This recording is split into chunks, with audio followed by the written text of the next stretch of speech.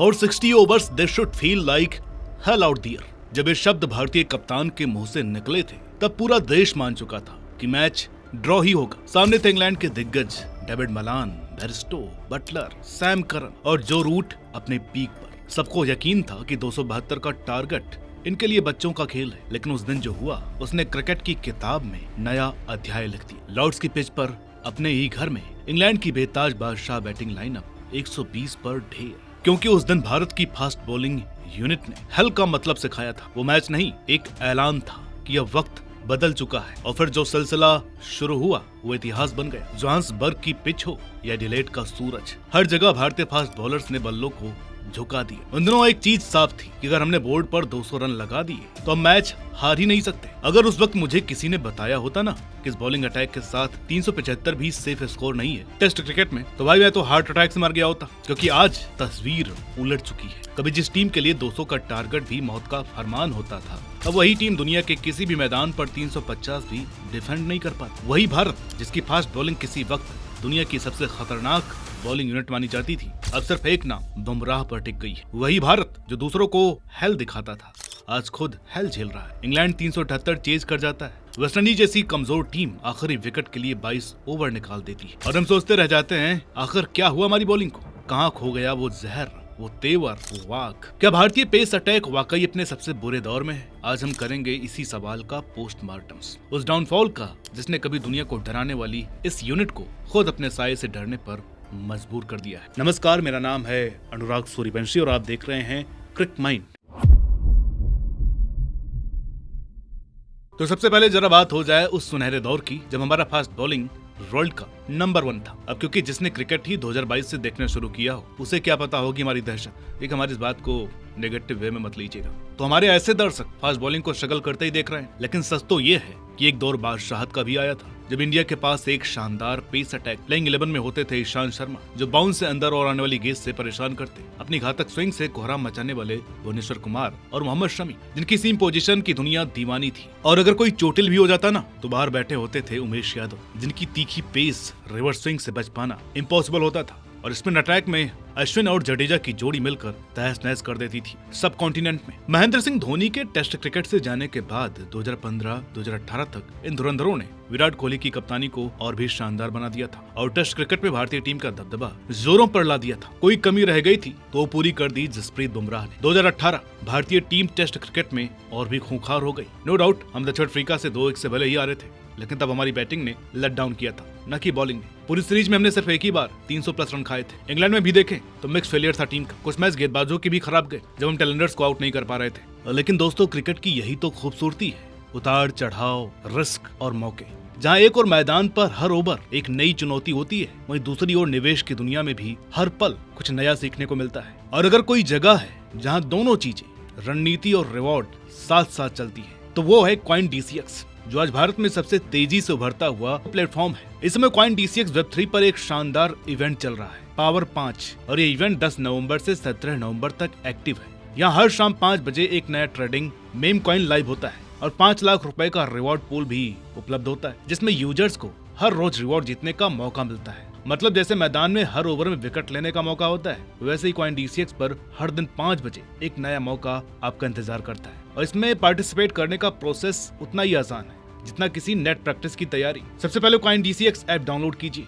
ये एक लीगल और ट्रस्टेड प्लेटफॉर्म है जहां 2 करोड़ से ज्यादा यूजर्स पहले से ही जुड़े हुए हैं और गौतम गंभीर जैसे नामी चेहरे भी इस ब्रांड से जुड़कर इसे मजबूती दे रहे हैं। ऐप खोलने के बाद वेब 3 सेक्शन में जाइए और उसके टॉप बैनर पर अपना कोड डालिए, जो कि इस समय स्क्रीन पर आपको दिख रहा होगा। यही कोड आपके लिए इवेंट रिवॉर्ड्स और PS5 जीतने के मौके को अनलॉक करता है। इसके बाद हर रोज शाम 5 बजे हॉट राइट नाउ सेक्शन में एक नया टोकन आता है। बस आपको एक ट्रेड प्लेस करना होता है, चाहे वो 100 का हो या 500 का, और आप रिवॉर्ड पूल के लिए एलिजिबल हो जाते हैं। और क्रिकेट की तरह यहाँ भी जीत उसी की होती है जो मौके को पहचान ले और सही समय पर सही कदम उठाए।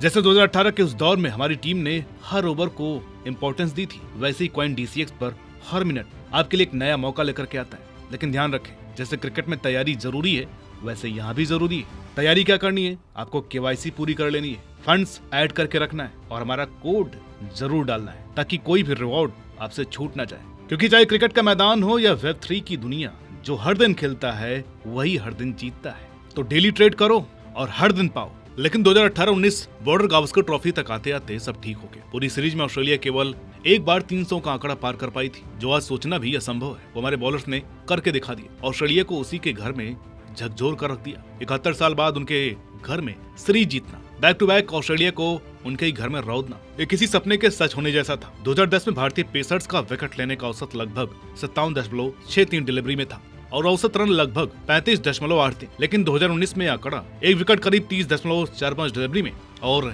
14.74 रन में हुआ। अब हम ओवरसीज जाकर घर में घुस करके मारते थे। घर में तो कोई हमें हाथ भी नहीं लगा पा रहा था। ज्यादा से ज्यादा कोई सीरीज का पहला मैच जीता, लेकिन फिर अपना ऐसा कमबैक होता कि सामने वालों को दोबारा जीत ही नसीब नहीं होती। फिर WTC फाइनल 2021 तक पहुंचना भी किसी करिश्मे से कम नहीं था। इतिहास रचने के भी बेहद करीब थे हम, लेकिन फिर हमारी बल्लेबाजी ने काम खराब कर दिया। देखा जाए तो उस फाइनल के तुरंत बाद सीरीज में अपने पास इंग्लैंड को भी उसी के घर में रौदने का सुनहरा मौका भी था। लेकिन अफसोस वो आखिरी मैच 1 साल के बाद हुआ और तब तक सब कुछ खत्म हो चुका था। वो पीक, वो धुरंधर, वो धाकर सीनियर्स की छत्र छाया, लेकिन अब होने वाला था उससे भी बुरा। अब जो ऊपर का समय था ना, ये वो एरा था जब विराट कोहली की कप्तानी में 200 प्लस टारगेट डिफेंड करते हुए 27 मैचों तक भारतीय टीम अनबीटेबल थी, जिनमें 25 बार तो हमने मैच जीता था। लेकिन एक कड़वा सच ये भी तो है ना कि हर अच्छी चीज का अंत भी होता है। जो 28 का मैच था ना, उसमें न जाने किसकी नजर लग गई। उस दिन शुरुआत हो गई थी उस डाउनफॉल की, जो आज तक चलता ही चला जा रहा है। तो हुआ कुछ यूं कि दक्षिण अफ्रीका के खिलाफ सीरीज डिसाइडर में 212 का लक्ष्य डिफेंड करना था, जिसमें हम नाकाम हुए। सीरीज गई और तुरंत बाद विराट कोहली ने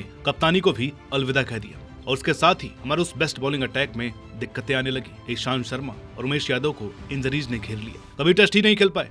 हाँ, उस वक्त बुमराह की पहली टेस्ट सीरीज भुवनेश्वर कुमार की आखिरी थी, क्योंकि 2018 के बाद वो भी इतनी बुरी तरीके से इंजर्ड हुए कि दोबारा कभी टेस्ट ही नहीं खेल पाए। उस वक्त बुमराह का आना हमारे लिए बहुत लाभकारी साबित हुआ, क्योंकि इन्होंने इतने अच्छे से परफॉर्म किया। वो वैक्यूम कभी फील ही नहीं हुआ। लेकिन बुमराह ठहरे इंजरी प्रोन, शमी का भी वही प्रॉब्लम। और आपको शायद ये जान करके हैरानी होगी कि 2023 वर्ल्ड कप फाइनल के बाद ये दोनों व्हाइट बॉल की फ्लाइंग 11 में एक साथ नहीं खेले, और टेस्ट मैच में तो उससे भी लंबा। कितना, ये सवाल आपके लिए। जो सबसे पहले और सही जवाब देगा उसके कमेंट को हम पिन कर देंगे। अब लॉकडाउन में भले एंट्री हुई थी मियां मैजिक मोहम्मद सिराज की, लेकिन जहां कभी 4-5 फास्ट बॉलर रहते थे, वहां सारी डिपेंडेंसी बुमराह या शमी के कंधों पर आ जाती, और जब दोनों नहीं होते तो बीड़ा उठाया सिराज ने। लेकिन भाई को सपोर्ट के नाम पर क्या मिला? आकाशदीप एक अच्छा बॉलर, लेकिन अधिकतर अनलकी। शार्दुल ठाकुर जो किसी समय अच्छा किया करते थे। प्रसिद्ध कृष्णा जो अधिकतर 6 से भी ऊपर की रन पिटाते हैं टेस्ट मैचों में। अब क्योंकि वैसी धार रही नहीं तो हम ड्रॉ में भी संतोष कर लेते हैं। इंग्लैंड गए, वहाँ भी हमारी बॉलिंग फीकी थी। आखिरी मैच भी हम कितनी मुश्किल से जीते। 374 के टारगेट में सिर्फ 6 रन से जीता। हमने टेस्ट क्रिकेट का एग्जांपल इसलिए दिया, इसको एक्सप्लेन इसलिए किया क्योंकि सबसे ज्यादा अपना बेड़ा गर्क इसी फॉर्मेट में हुआ है। इसका मतलब ये नहीं कि अपने सितारे एक दिवसीय क्रिकेट में बुलंद हैं और T20 क्रिकेट किसी की कभी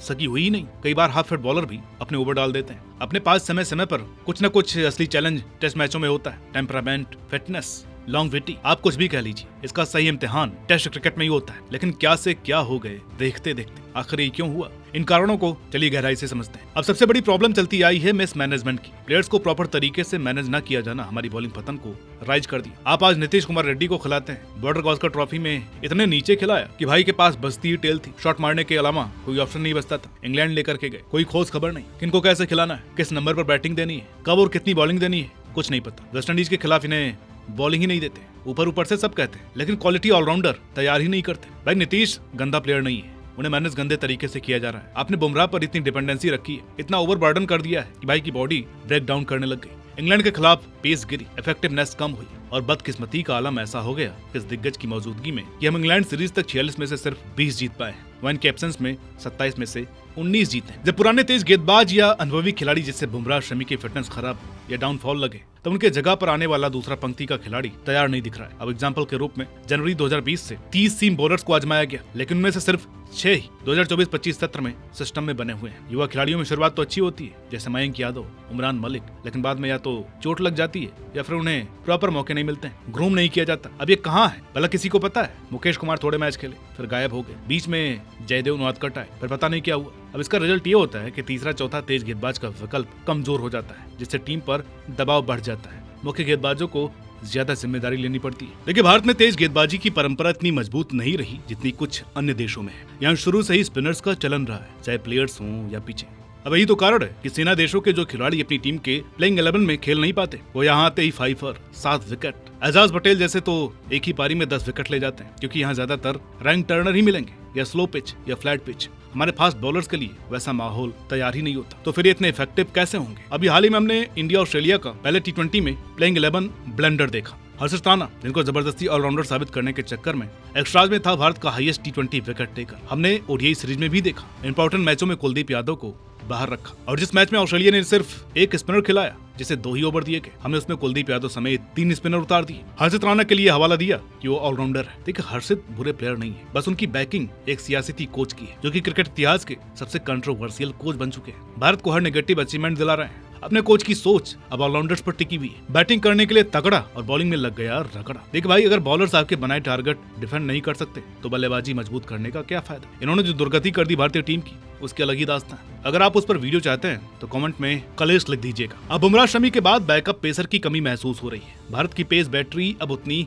गहराई नहीं दिखा रही जितनी कुछ सालों पहले थी। युवा तेज गेंदबाजों का करियर शुरू तो जोड़ तोड़ के साथ होता है, लेकिन लंबे समय तक टिक पाना मुश्किल हो रहा है। सिलेक्शन और प्लानिंग में तेज गेंदबाजी को लेकर स्पष्ट सिस्टम की कमी दिखती है, क्योंकि अब विराट कोहली जैसा एक जुनूनी कप्तान नहीं है जो फास्ट बॉलर्स के लिए एक प्रॉपर सिस्टम तैयार किया करते थे। तभी तो कई लोग कहते हैं कि धोनी स्पिनर्स का कप्तान था, मगर विराट फास्ट बॉलर्स का, जिसमें भारतीय क्रिकेट को टेस्ट क्रिकेट में बुलंदियों पर ला दिया, हमारी कमजोरी को सबसे बड़ी ताकत बना दिया। उन्हीं के राज में हमारी बॉलिंग का गोल्डन एरा था। उसमें विराट कितनी तवज्जो देते थे वो लंबी बात है। अगर आप फास्ट बॉलिंग के गोल्डन एरा पर वीडियो चाहते हैं तो कमेंट में वो भी बताइएगा। पर बैक टू बेसिक्स, आप अपने बॉलर्स में वो परिपक्वता, कॉन्फिडेंस नजर नहीं आता, क्योंकि एक लीडर, एक कप्तान की कमी है जो चीजों को ठीक करके स्मूथ ट्रांजिशन कर सके। तो अब क्या किया जाना चाहिए? लॉन्ग टर्म बॉलिंग प्लान, सिर्फ आज के लिए नहीं बल्कि अगले 8-10 साल के लिए तेज गेंदबाजों को तैयार करना होगा। वर्कलोड मैनेजमेंट और चोटों पर रोक, युवा तेज गेंदबाजों को धीरे धीरे स्पेस दिए जाए, रनअप बढ़ाया जाए, फिटनेस प्रोग्राम बहुत जरूरी है। रेयर टैलेंट्स को अच्छे ढंग से यूटिलाइज करना चाहिए, न कि गुमनामी में धकेल दिया जाए। युवा तेज गेंदबाजों को जल्द बदलाव की बजाय समय देना चाहिए, उन्हें लगातार खेलने का मौका देना चाहिए, ताकि जैसे ही हमारे मेन गेंदबाज उम्र या चोट के कारण बाहर हो, उनकी जगह पर वो आ जाए, और तब तक वो पूरी तरीके से तैयार भी हो जाएंगे। तो दोस्तों, इस मुद्दे पर आपका क्या कहना है कमेंट करके बताइएगा। वीडियो अच्छी लगी हो तो प्लीज लाइक करें, शेयर करें, चैनल पर नए हो तो प्लीज इसे सब्सक्राइब करना ना भूलें। मिलते हैं आपसे अगली वीडियो में, तब तक के लिए नमस्कार।